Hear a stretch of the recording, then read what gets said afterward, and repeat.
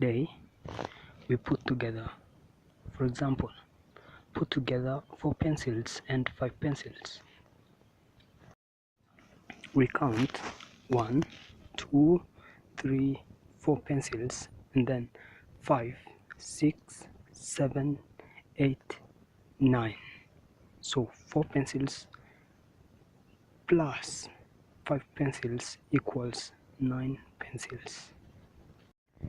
Therefore, 4 plus 5 equals 9. Can you see the similarity?